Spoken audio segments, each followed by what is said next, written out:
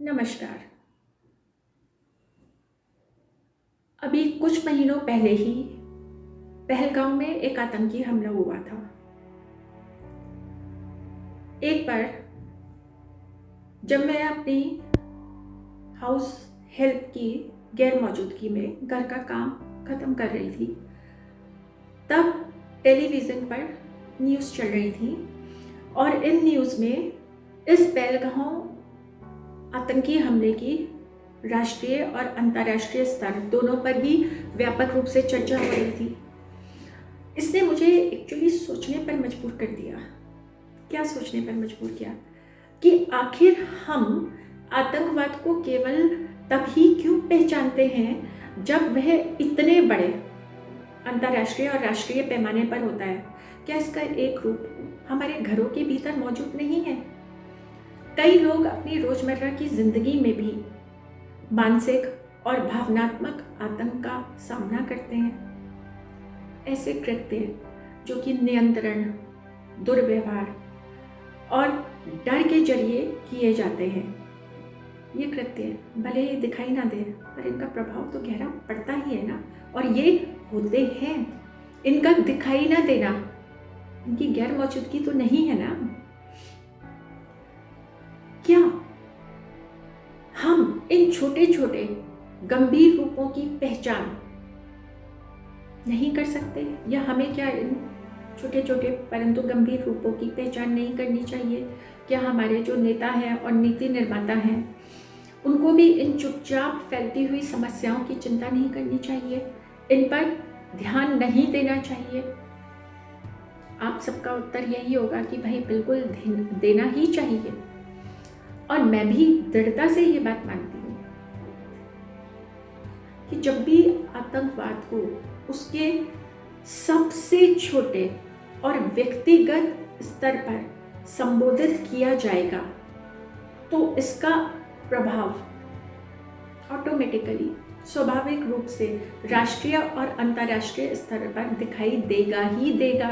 इसमें कोई शक नहीं है, क्योंकि ऐसे कृत्य भले ही कम दिखाई दें, हमारे घरों की चारदीवारी के भीतर घटित होते हैं।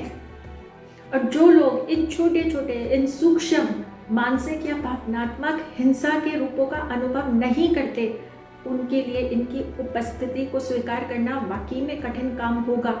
लेकिन आप ये भी मानेंगे ना कि किसी भी चीज़ का इनकार उसके अस्तित्व को नकारना नहीं है।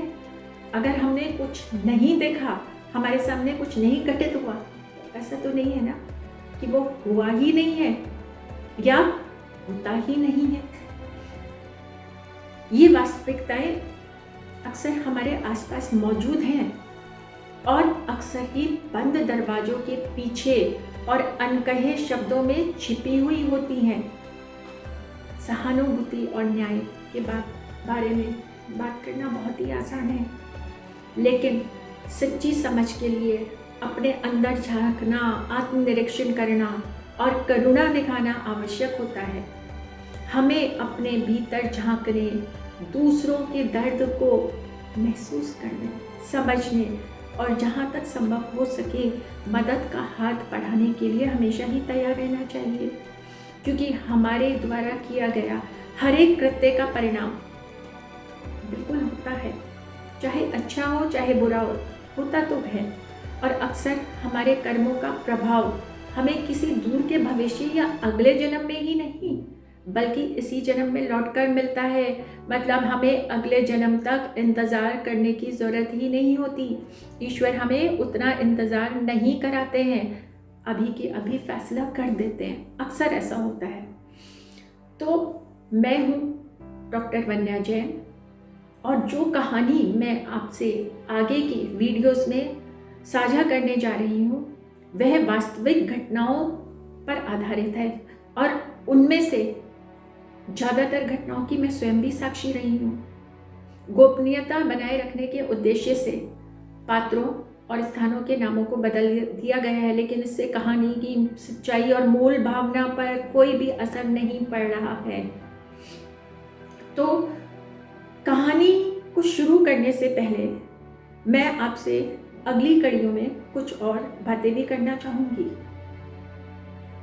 पर उससे पहले हाथ जोड़कर मेरी आप सभी लोगों से विनती है कि इस छोटे से सूक्ष्म से आतंकवाद के रूप को, जो कि कई मासूम जिंदगियों को लील लेता है, उसके लिए मैं अपने इन वीडियोस के माध्यम से एक अवेयरनेस लाना चाहती हूँ, लोगों को अवगत कराना चाहती हूँ, जिससे इस कहानी की जो तो पात्र है उसके जैसे और लोगों की ज़िंदगी खराब ना हो।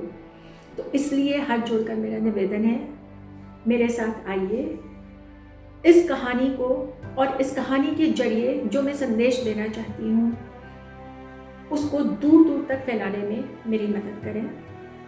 जहाँ तक हो सके जिसको भी आप जानते हैं उसके साथ ये वीडियो ज़रूर ज़रूर शेयर करें, सब्सक्राइब करें, लाइक करें या ना करें, ये आपकी इच्छा है। तो हम अगले वीडियो में आपसे जल्द ही मिलते हैं। धन्यवाद।